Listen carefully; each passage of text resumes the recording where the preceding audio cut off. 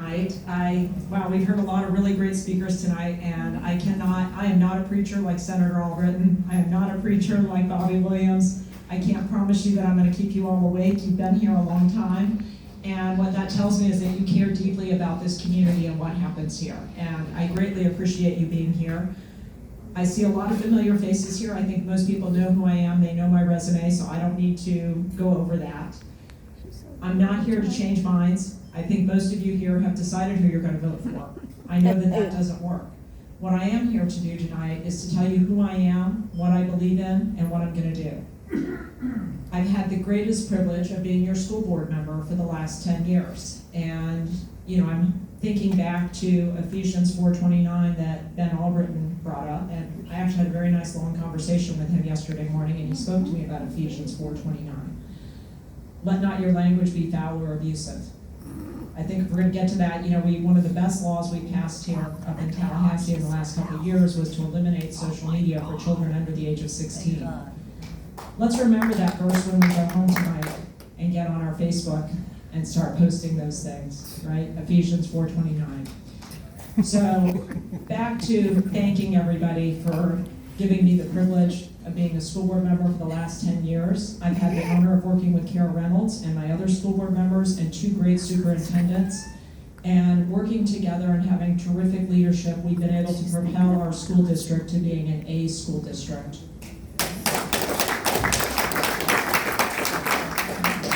Working with our state representative, Vanessa Oliver, our Senate President, Ben Albritton, State Representative Danny Nix, and of course our former House Majority Leader Mike Grant, we've received tens of millions of dollars to build workforce development programs. As Vanessa mentioned, we have an aviation training facility. We broke ground last month on an advanced manufacturing training facility. This fall, we're starting a water management certification program, and next year we'll be opening a welding training facility. Those jobs will not be taken over by AI. Those are the kind of jobs that mean that our students can stay in this county and have a good life. I'm very proud of that work that we have done. Under our term as school board members, we have achieved the highest student achievement levels that Charlotte County has ever seen. We have the highest graduation we've ever had at 92%. We're paying our teachers in the top 10 in the state. We went from paying our teachers, not respecting them, paying them some of the lowest, to paying them some of the highest.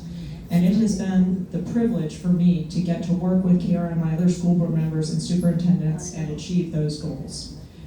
On July 31st, next Friday, will be my last day as a school board member. And I am truly going to miss this job. It may be the best job I've ever had. Janet, who's one of our teachers, is here tonight. Thank you. And she said, she looked at me and she said, how do you do this? How do you, work all day and then come out and do these events? Don't you get tired? I look at our teachers, I think the same thing. But I think what Janet would say and what I would say, and anybody who loves their job, when you love your job, you will never work a day in your life. And that's how this school board position really has been for me. It has not been a job. It's been the greatest privilege. And truthfully, I don't know if the next job is going to be as much fun as being a school board member. I hope it is, but it's a high bar to reach.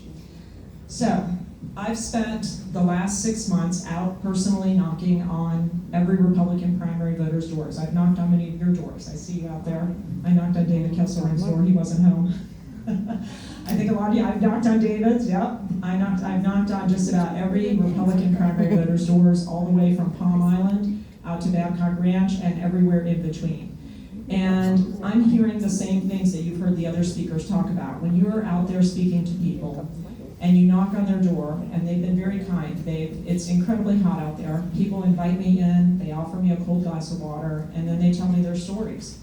And some of the things I've heard is the 80-year-old widow in her driveway who tells me that she had to borrow money to pay her property taxes.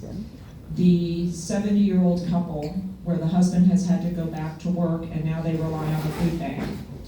I've gone to many homes that have for sale signs in their front yard, and just like John mentioned, when I ask them why they're selling their house, they tell me they can no longer afford to make ends meet, and they're moving back up north to live with their kids. It's not the retirement that they dreamed of. I hear 3 things over and over again. Too much development, right? Overdevelopment.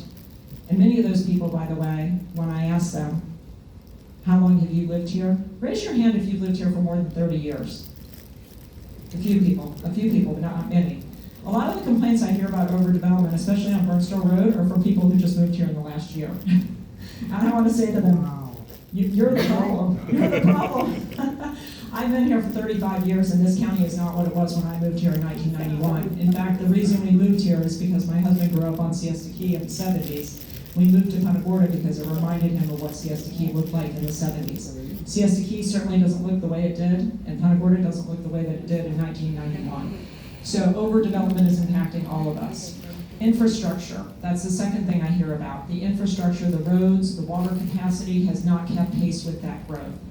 I see a lot of confused faces. They say to me, I don't understand why I can't water my lawn, I can't wash my car, and yet they're still approving more homes. So that's the second thing I hear.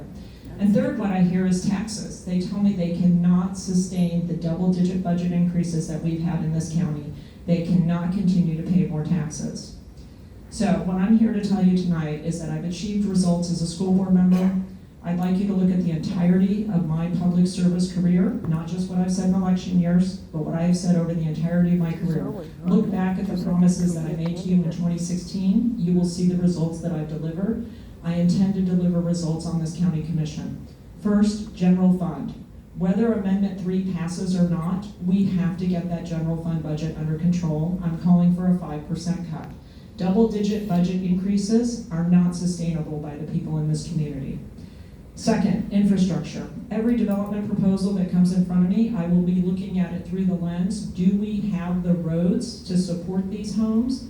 Do we have the water to support these homes? If not, do they have a plan for roads and waters? Do they have the money, right? We should not have to pay to build the roads and the water treatment plants to support those new homes that are coming.